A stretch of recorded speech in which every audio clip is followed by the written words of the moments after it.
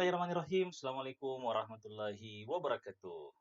Ketemu lagi dengan saya, Fuad Hussein Akbar. Dalam video pembelajaran kali ini, kita sudah masuk ke dalam video pembelajaran seri ketiga, yaitu mengenai cara mudah membuat rumusan masalah. Terkadang, kita sebagai peneliti masih sangat sulit untuk membuat satu rumusan masalah penelitian yang baik. Terkadang kita bingung apa kemudian redaksi atau kata-kata yang kita susun ini sudah sesuai dengan masalah dalam penelitian yang kita inginkan. Nah, di sini kita akan menjelaskan secara detail bagaimana cara mudah membuat rumusan masalah penelitian. Kalau kalian tertarik dengan video ini, silahkan di subscribe, di like, dan di share ke teman-teman yang lainnya. Baik, kita sebagai peneliti ya atau mahasiswa misalnya katakanlah dalam menyelesaikan sebuah studi ya kan harus melakukan sebuah penelitian ilmiah, di mana penelitian ilmiah ini kan salah satu tahapan yang paling penting ini adalah bagaimana kemudian membuat rumusan masalah. Jadi setelah kita menentukan judul, kemudian latar belakang masalah, maka salah satu hal yang harus dilakukan adalah menentukan atau membuat rumusan masalah. Nah, tentu saja penelitian ini salah satu komponennya adalah rumusan masalah. Jadi perumusan masalah ini merupakan salah satu tahap penelitian yang kemudian juga memiliki kedudukan yang sangat penting. Ya, kenapa sangat penting? Karena rumusan masalah yang baik ini sangat berhubungan atau mempunyai relevansi dengan tahap-tahap selanjutnya dalam proses penelitian. Contohnya misalnya perumusan masalah ini akan mempunyai relevansi dengan ketika kita ingin membuat satu tujuan penelitian. Ya, jadi kemudian rumusan masalah juga ini mempunyai relevansi tentunya dengan misalnya katakanlah pada saat kita ingin membuat suatu kerangka konsep penelitian. Ya, dan tentunya rumusan masalah ini juga akan mempunyai relevansi dengan metode penelitian. Sehingga ketika rumusan masalah yang kita buat sudah betul, maka bisa dipastikan bahwa seluruh komponen-komponen atau tahapan penelitian lain juga itu menjadi betul. Dan akan menjadi sebaliknya ketika perumusan masalah yang kita buat salah, ya itu saja tentu akan berpengaruh terhadap komponen-komponen atau tahapan-tahapan penelitian yang selanjutnya. Ya, jadi kalau rumusan masalah kita salah atau keliru, maka bisa dipastikan ya katakanlah tujuan penelitian, kerangka konsep, kerangka teori, bahkan sampai kepada metode itu juga salah. Nah, kemudian rumusan masalah yang biasa kita sebut juga dengan istilah research problem, ini kan merupakan suatu dasar ya sebelum kita memulai suatu penelitian. Di mana suatu penelitian ini akan mencoba mempertanyakan apa yang menjadi fenomena ya yang kemudian bertujuan untuk tentu saja mengeksplorasi suatu ketidakpastian yang ada ya suatu ketidakpastian yang ada pada suatu hal ya yang tentu saja akan menjelaskan apa kemudian yang menjadi alasan untuk dilakukan suatu penelitian. Rumusan masalah ini juga nantinya akan membantu peneliti untuk bisa fokus ya ke masalah-masalah ya, dan tentu saja dapat dengan mudah mengidentifikasi variabel-variabel apa yang akan diteliti. Dan rumusan masalah juga ini akan membantu peneliti untuk dengan mudah menentukan apa saja atau siapa saja populasi dalam penelitian ini dan kemudian bagaimana kemungkinan-kemungkinan hasilnya. Sehingga tanpa adanya suatu perumusan masalah dalam penelitian, ada kecenderungan suatu kegiatan penelitian kita ini akan menjadi suatu yang sia-sia atau bahkan tidak membuahkan hasil. Ya. Nah, tentu saja dalam realitasnya, yang menjadi persoalan besar adalah kita sebagai peneliti terkadang sangat susah untuk mengidentifikasi elemen-elemen dari pertanyaan. Dan tentu saja kita juga sangat susah untuk memperoleh kata atau menyusun kata apa saja yang cocok ya untuk dijadikan suatu rumusan masalah yang kemudian sesuai dengan apa yang dimaksud dari peneliti. Sehingga inilah salah satu kegunaan kenapa kita harus membuat suatu rumusan masalah yang baik dalam suatu penelitian. Kalau kita melihat definisi daripada rumusan masalah, bahwa rumusan masalah ini kan merupakan suatu hal dasar ya yang tentu saja biasa kita lakukan sebelum memulai suatu penelitian ya. Jadi rumusan masalah ini adalah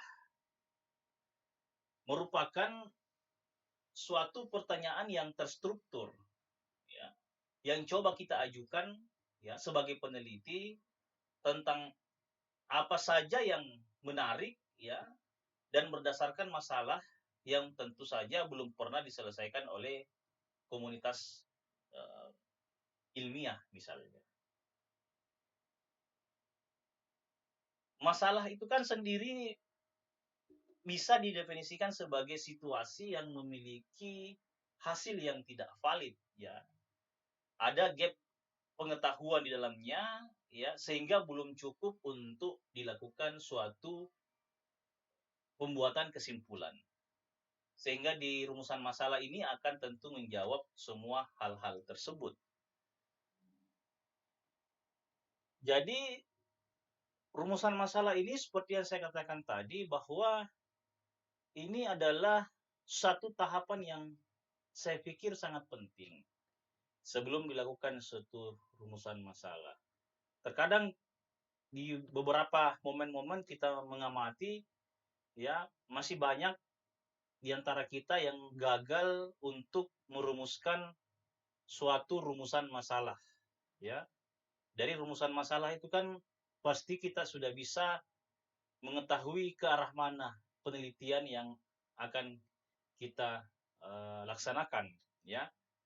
Bisa juga pasti akan menggambarkan apa-apa saja variabel yang diteliti dalam penelitian itu. Ya, dalam rumusan masalah juga itu akan tergambarkan siapa populasi ya, dan kesimpulan sementara apa yang bisa kita ambil ya ketika kita sudah berhasil menyusun satu rumusan masalah yang baik. Nah, itu yang harus diperhatikan. Baik, dalam menyusun suatu rumusan masalah, setidaknya ada 3 kategori klasifikasi rumusan masalah yang kemudian mesti tergambarkan secara tersurat maupun tersirat di dalam suatu rumusan masalah yang kita buat. Yang pertama adalah tujuan. Nah, tujuan yang dimaksud di sini adalah ya, peneliti ya mencoba mempertanyakan apa yang mereka rumuskan. Untuk itu biasanya ada 2 opsi dasar yang dilakukan oleh peneliti. Yang pertama biasanya akan menggambarkan apa fenomena-fenomena alam ya, pada titik-titik tertentu di dalam ruang dan waktu. Inilah yang biasa disebut dengan istilah deskriptif, ya. Atau opsi lain misalnya, ketika peneliti mencoba membandingkan intervensi, ya, membandingkan teknik, metode misalnya, atau exposure misalnya, ya, untuk menentukan hubungan, ya, di antara variabel. Biasa kita sebut dengan istilah inferensial atau analitis. Kemudian klasifikasi yang kedua adalah objek. Objek pertanyaan adalah tentunya berupa hasil spesifik yang sebenarnya diharapkan oleh peneliti dalam menjalankan penelitiannya nanti. Ya.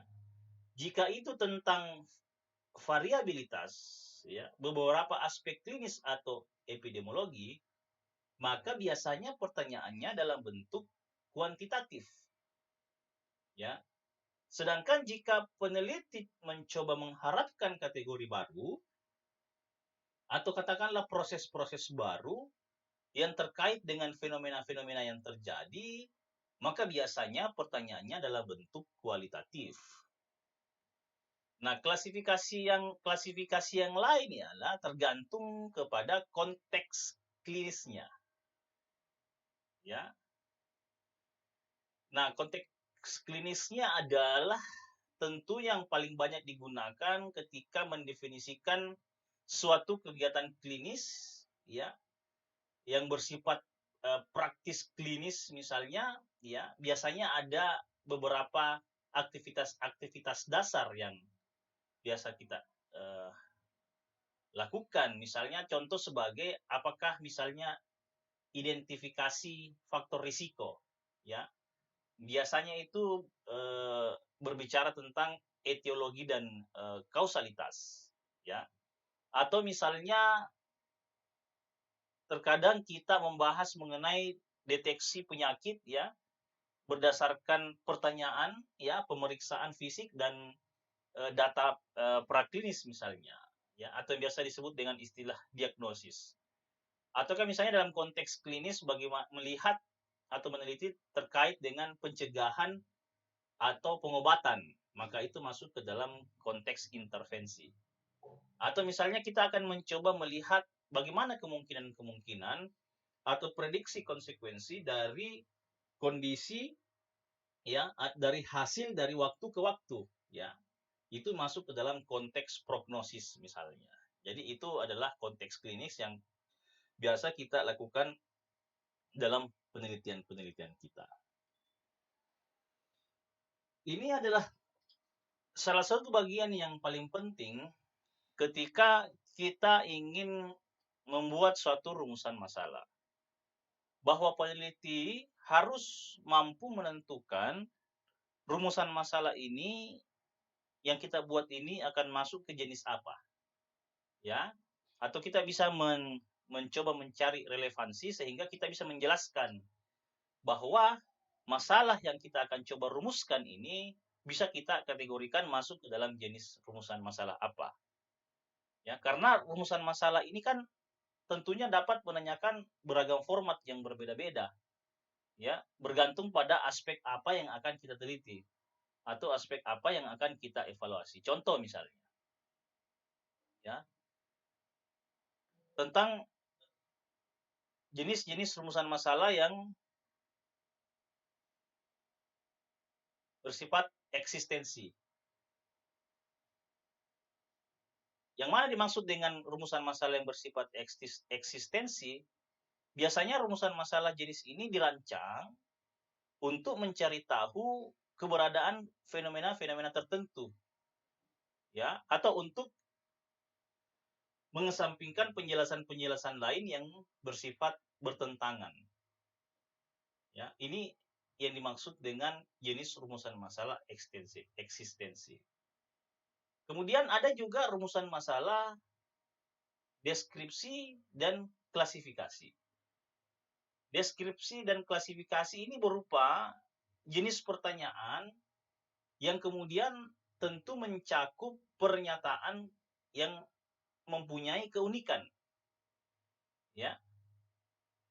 Misalnya, apa saja ciri-ciri dari suatu penyakit X misalnya. Ya, nah ini mencoba kita mendeskripsikan dan mengklasifikasikan. Ada juga jenis rumusan masalah yang disebut dengan komposisi. Ya, biasanya pertanyaan jenis ini membutuhkan suatu pemecahan, ya, suatu kesatuan menjadi beberapa komponen. Misalnya kalau kita berbicara tentang tahapan, ya, atau bicara tentang step by step, ya. Nah, ini terkait dengan jenis rumusan masalah komposisi. Ada juga rumusan masalah hubungan. Ini yang paling sering kita dapati atau jumpai, di mana jenis rumusan masalah hubungan ini akan mengevaluasi hubungan antara variabel. Ya, misalnya contoh, hubungan antara X dengan tingkat rekurensi Y misalnya. Ya, itu berbicara tentang hubungan antar variabel. Ada juga rumusan masalah deskriptif komparatif. Ya. Tentunya deskriptif komparatif ini diharapkan kita sebagai peneliti dapat memastikan, ya, bahwa semua kelompok ini sama, ya, kecuali untuk masalah yang kita maksud, ya. Misalnya, apakah penyakit X yang terjadi di suatu daerah ini katakanlah lebih agresif, ya, daripada yang terjadi di lokasi Y misalnya. Nah, ini kita akan mencoba mendeskripsikan lalu mengkomparatifkan. Ada juga rumusan masalah kausalitas. Ya. Kausalitas ini kan biasa kita sebut dengan sebab akibat, ya, ada efek, ada penyebab. Nah, tentu saja menanyakan hubungan kausalitasnya. Ya. Apa penyebabnya dan apa akibatnya. Ya, contohnya misalnya apakah menyebabkan hasil efek buruk pada pasien dengan penyakit tertentu misalnya. Ya, jadi ada kausalitas. Nah, ada juga rumusan masalah kausalitas komparatif. Nah, ini biasanya pertanyaan-pertanyaan semacam ini seringkali bertujuan untuk kemudian melihat apa efek, ya, dari dua perawatan yang saling dibandingkan. Misalnya, apakah menambahkan tindakan X misalnya itu dapat meningkatkan tingkat kelangsungan hidup, ya, pada anak-anak penderita penyakit Y misalnya, ya, dibandingkan dengan metode Z misalnya. Nah, ini coba melihat apa kausalitasnya dan kemudian melihat dan coba membandingkannya. Ada juga rumusan masalah interaksi kausalitas komparatif. Seperti apa itu? Bahwa jenis rumusan masalah ini biasanya menanyakan, ya, contoh, apakah X menyebabkan lebih banyak perubahan pada Y daripada yang disebabkan oleh Z dalam kondisi tertentu dan bukan dalam kondisi lain. Nah, itu adalah jenis-jenis rumusan masalah yang saya kira kita bisa melihat kembali penelitian-penelitian kita dan menyimak kembali rumusan masalah yang sudah kita buat, dan kemudian pasti kita sudah bisa menentukan rumusan masalah yang kita buat ini masuk kepada salah satu jenis-jenis rumusan masalah yang sudah saya jelaskan tadi. Bisa kita amati dalam tabel ini, ya, mencoba untuk memperlihatkan beberapa contoh format, ya, dalam membuat rumusan masalah. Jadi bisa kita jadikan sebagai acuan sebenarnya. Pada penelitian-penelitian yang sifatnya kuantitatif, katakanlah pada jenis penelitian korelasi, biasanya itu bentuk pertanyaannya atau format pertanyaannya seperti apakah terdapat hubungan antara X, di mana X itu sebagai variabel independen, ya, dengan Y, di mana Y itu adalah variabel dependennya pada tentu saja populasi yang spesifik. Kemudian, pada jenis penelitian komparatif, format pertanyaan yang biasa rumusan masalah yang bisa kita buat adalah apakah terdapat perbedaan Y, di mana Y adalah variabel dependen, antara orang-orang yang memiliki karakteristik X, di mana X sebagai variabel independen, dan yang tidak memiliki karakteristik X. Jadi mencoba untuk membandingkan ya atau komparatif. Pada jenis penelitian eksperimental, beberapa contoh pertanyaan dalam membuat rumusan masalah yang biasa kita gunakan adalah apakah terdapat perbedaan Y, di mana Y adalah variabel dependen, antara kelompok A yang diberi X, di mana X sebagai variabel independen, dengan kelompok B yang tidak diberi X. Itu bersifat jenis penelitian eksperimental. Nah, biasanya pada penelitian-penelitian kualitatif, ya, yang terkait dengan membahas suatu fenomena-fenomena alam yang terjadi atau fenomena yang terjadi di sekeliling kita, biasanya bentuk pertanyaan rumusan masalah ini bersifat direct, ya, langsung, dan cenderung lebih sederhana. Contohnya misalnya bagaimana rasanya memiliki X. Nah, itu pertanyaan-pertanyaan kalau bersifat kualitatif. Kemudian, setelah kita tadi melihat jenis-jenis rumusan masalah, tentu ada beberapa hal-hal yang bisa kita amati untuk melihat apakah rumusan masalah ini sudah baik atau tidak. Biasanya ada karakteristik-karakteristik khusus yang bisa kita jadikan sebagai acuan ya untuk melihat apakah rumusan masalah yang kita buat ini sudah baik atau belum. Karena rumusan masalah ini penting ya dalam suatu tahapan penelitian. Karena akan menentukan bagaimana tahapan-tahapan selanjutnya. Seperti yang saya katakan di awal tadi. Nah, berikut adalah beberapa karakteristik rumusan masalah yang baik. Yang pertama adalah rumusan masalah pasti akan menjabarkan pernyataan masalah yang akan diteliti.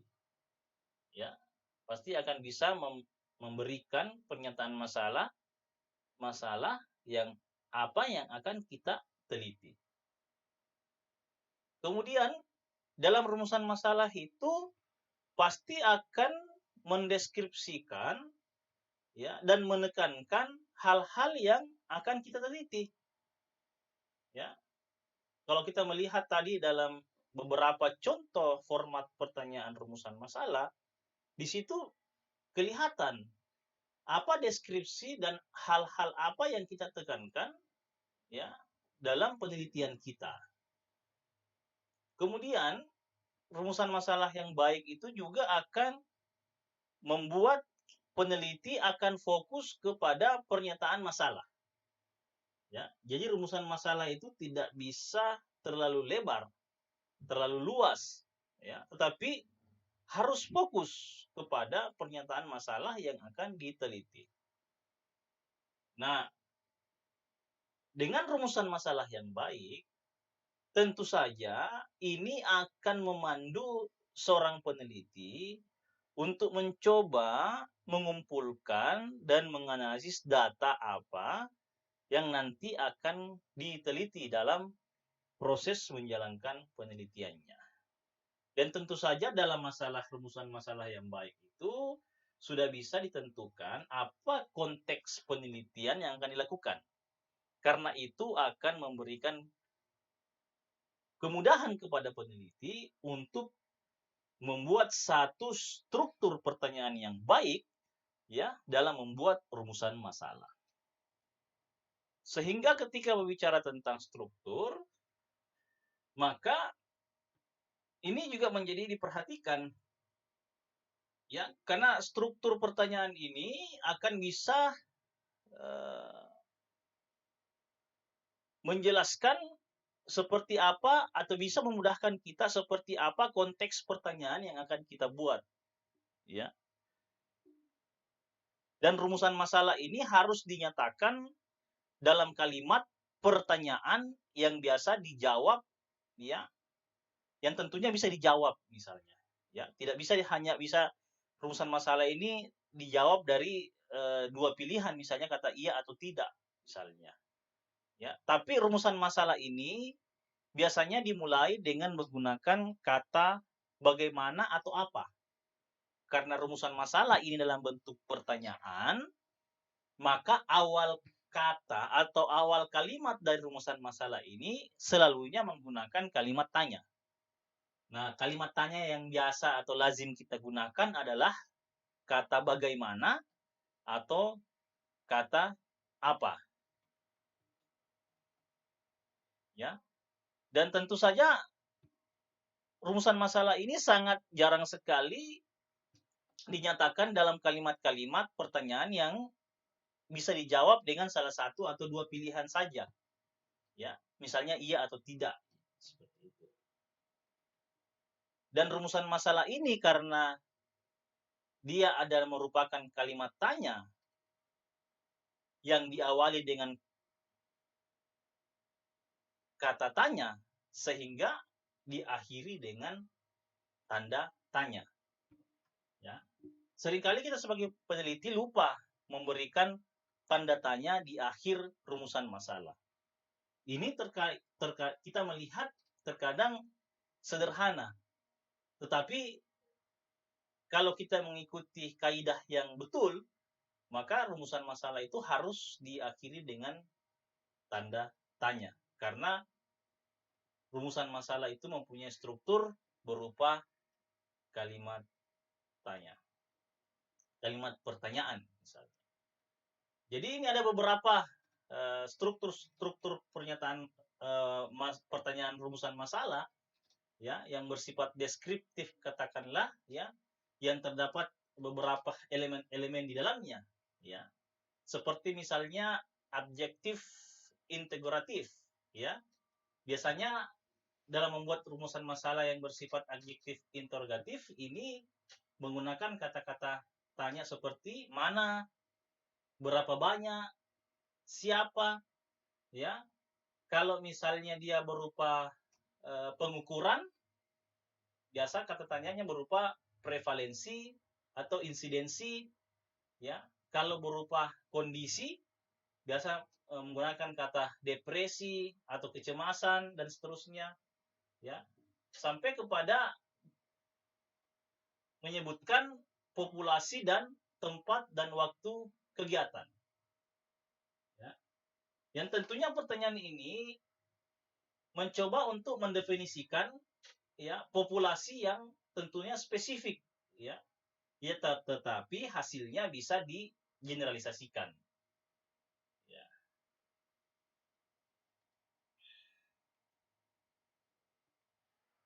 Biasanya setelah rumusan masalah terbentuk, maka rumusan masalah yang tersusun itu tentu saja sudah harus bisa, ya, dengan jelas mengidentifikasi apa variabel dalam penelitian kita dan siapa populasi yang akan diteliti, ya, serta melihat kemungkinan adanya pengujian secara empiris. Ketiga hal ini harus tercantum sebenarnya di dalam rumusan masalah, ya. Misalnya kita membahas tentang variabel, ya. Tentunya setiap peneliti pada dasarnya akan menanyakan, ya, contoh misalnya apakah X berkaitan dengan Y, ataukah apa efek X terhadap Y, atau bagaimana X1 dan X2 berkaitan dengan Y. Maka para peneliti menanyakan pertanyaan mengenai hubungan antara variabel yang ada di dalam studi yang akan atau penelitian yang ada dilakukan. Nah, tentu saja populasi studi ini tentu dinyatakan secara spesifik dan biasa juga tersirat di dalam rumusan masalah, ya. Jika cakupan rumusan masalahnya telah dipersempit dan fokus, ya, tertentu dan variabel-variabel penelitian telah diidentifikasi dengan jelas, ya, maka populasi akan nampak ya pada pembaca laporan yang kita buat, ya.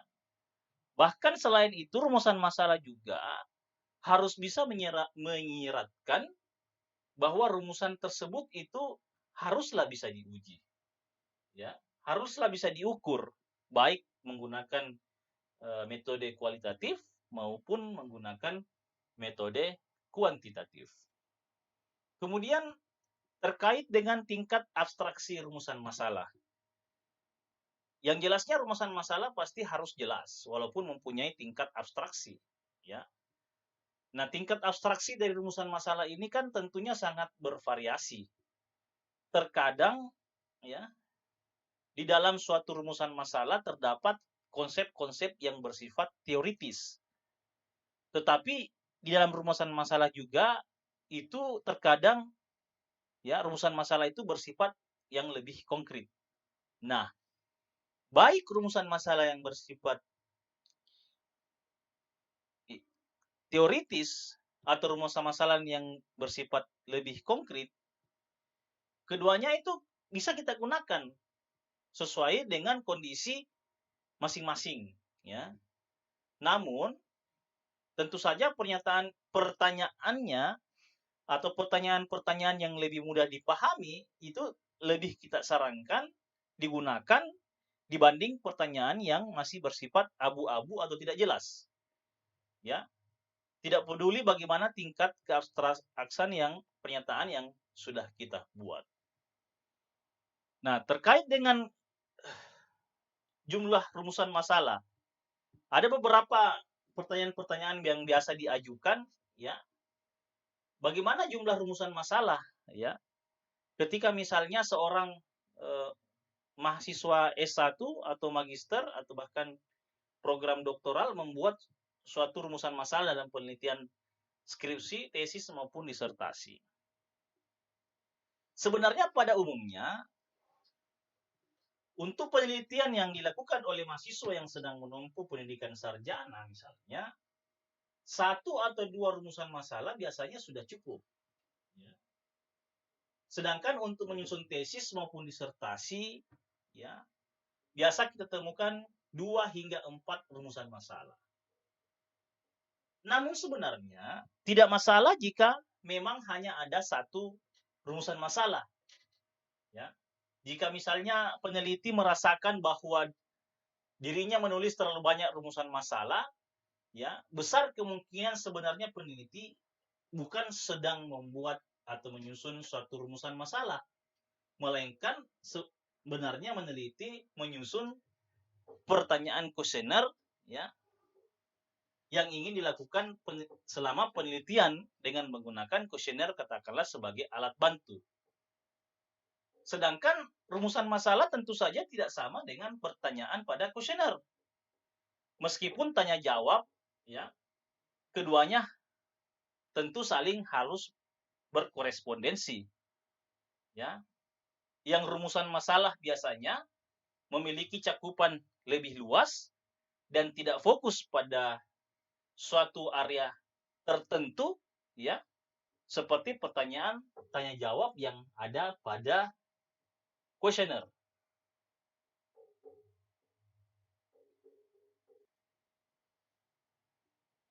Saya kira ini merupakan penjelasan yang paling penting dalam kesempatan kali ini adalah kita akan mencoba melihat bagaimana cara dengan mudah menyusun suatu rumusan masalah yang baik. Yang pertama, para peneliti biasanya atau kita biasanya memulai dengan mengidentifikasi subjek yang menarik yang secara luas yang cocok untuk diteliti. Ya, coba kita identifikasi apa masalahnya dan apa misalnya subjek-subjek yang tentu secara luas dan menarik yang cocok untuk kita teliti.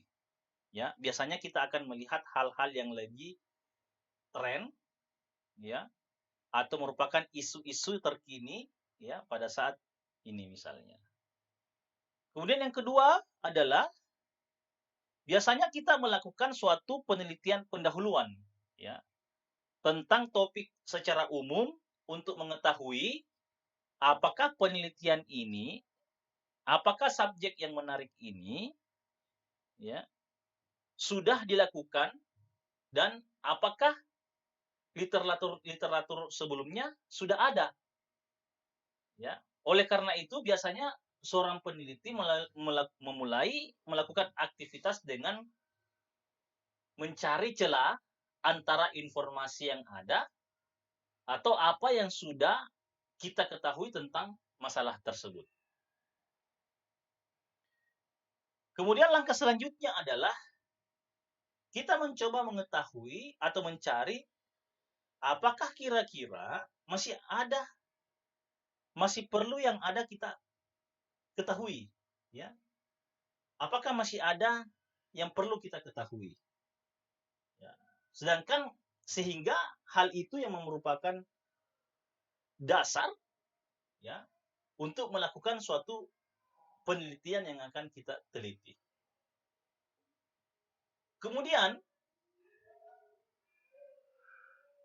bisa juga dengan membuat pertanyaan-pertanyaan yang tersirat, ya.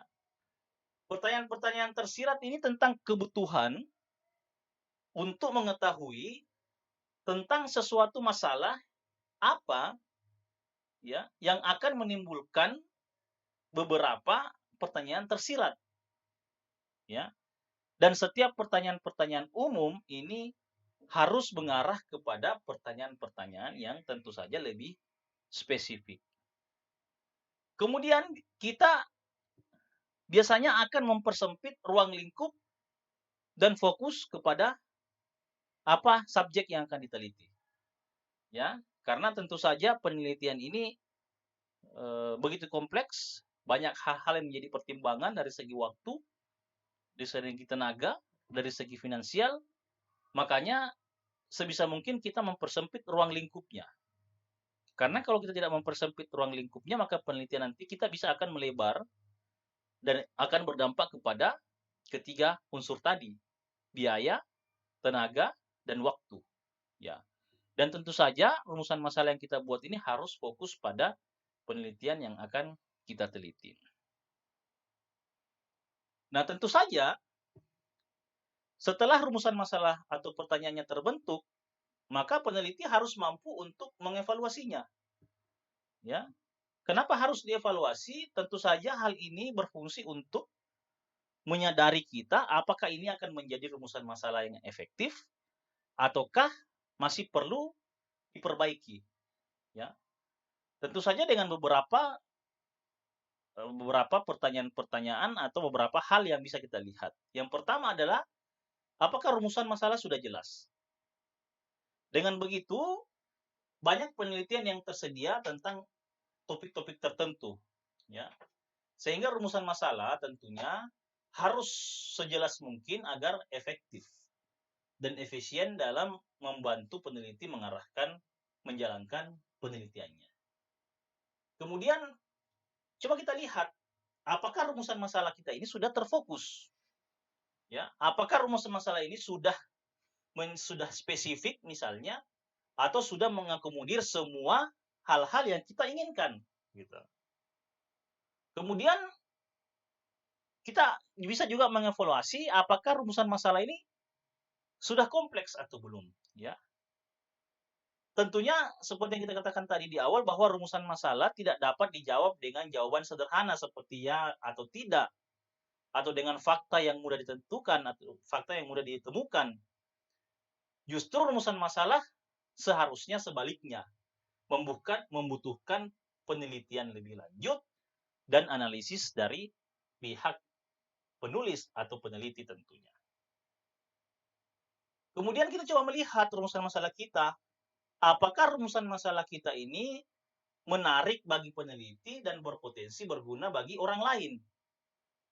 Ya. Apakah ini masalah baru atau masalah yang perlu dipecahkan, ya?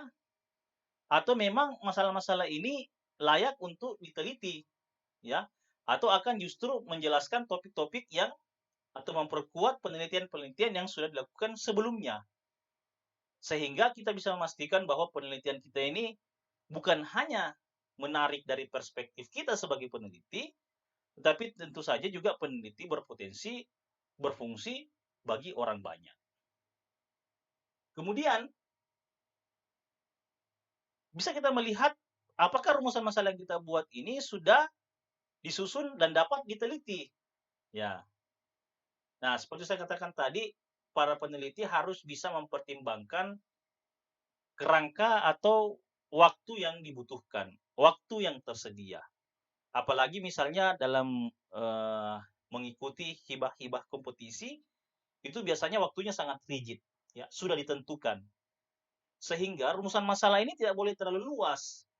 Ruang lingkupnya harus dipersempit dan dispesifikkan sehingga kerangka waktu yang kita sediakan itu tersedia. Dan bukan hanya waktu, tapi sumber daya yang kita perlukan juga ini memadai. Ya, seperti itu. Dan itu bisa ditentukan dari metode penelitian yang kita lakukan. Karena metode penelitian yang kita lakukan yang akan menentukan juga seberapa banyak waktu dan seberapa banyak sumber daya yang kita perlukan. Nah, tentu saja rumusan masalah yang lain adalah rumusan masalah yang baik yang kita coba evaluasi adalah apakah rumusan masalah ini dapat diukur dan akankah proses tersebut menghasilkan data yang mendukung, yang dapat didukung atau justru saling bertentangan. Ya, jangan membuat rumusan masalah yang tidak dapat diukur. Ya. Kemudian yang terakhir yang biasa kita evaluasi adalah apakah rumusan masalah ini terlalu luas atau terlalu sempit. Ya, kalau terlalu luas, kekhawatiran kita ya dari segi waktu dan sumber daya itu akan terkendala. Kalau terlalu sempit, jangan sampai rumusan masalah yang kita buat ini belum bisa menjawab penelitian yang sudah kita tentukan. Nah, kemudian yang terakhir, cara menyusun rumusan masalah, terkadang kita bisa membuat hipotesis atau kesimpulan sementara, ya. Biasanya setelah merumuskan suatu rumusan masalah, para peneliti mencoba memikirkan bagaimana kemungkinan kemajuan penelitiannya, ya. Sehingga argumen seperti apa yang mungkin dibuat atau didukung, ya. Apa artinya?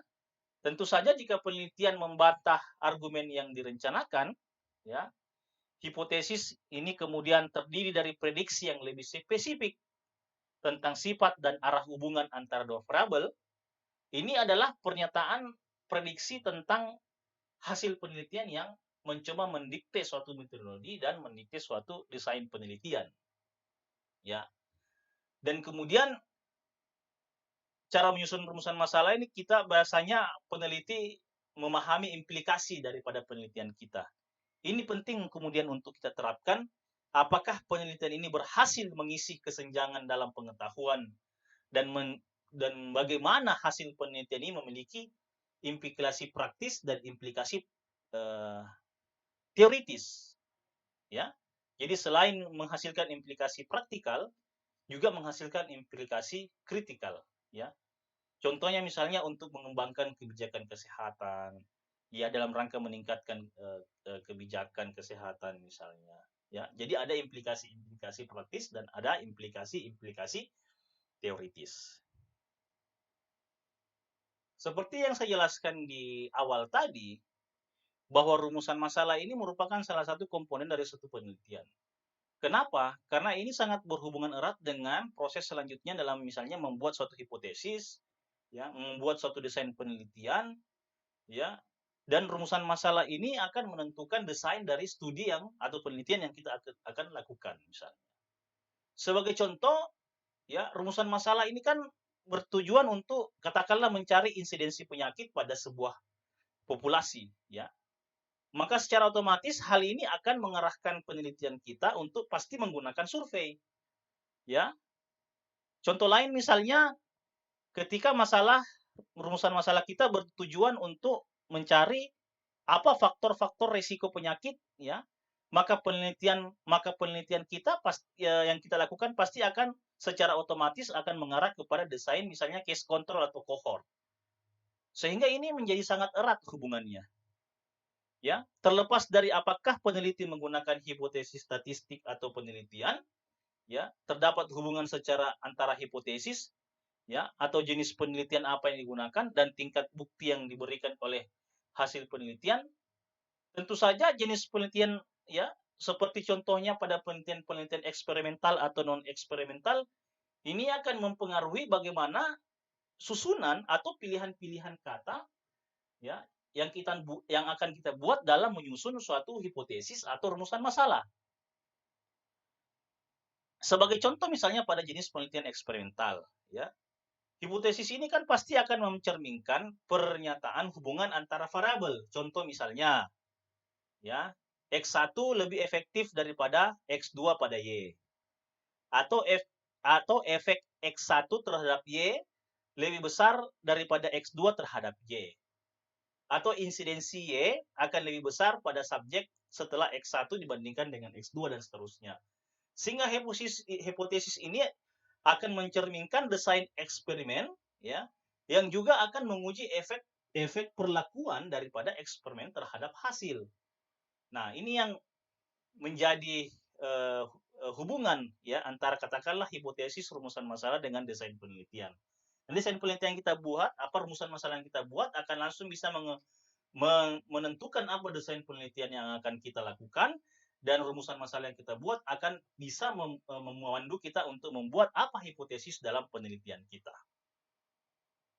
Nah, kemudian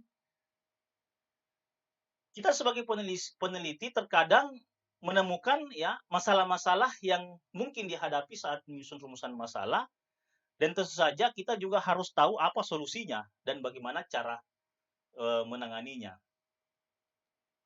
Bagaimana misalnya ketika masalahnya atau rumusan masalahnya kita buat terlalu luas? Ya, maka solusinya adalah kita mencoba untuk mencari variabel yang lebih spesifik, ya, dan lebih sedikit serta mempersempit cakupan pertanyaannya. Bagaimana misalnya jika rumusan masalah yang disusun yang pada nantinya jika penelitian dijalankan, ini akan sulit untuk mengumpulkan subjek, ya.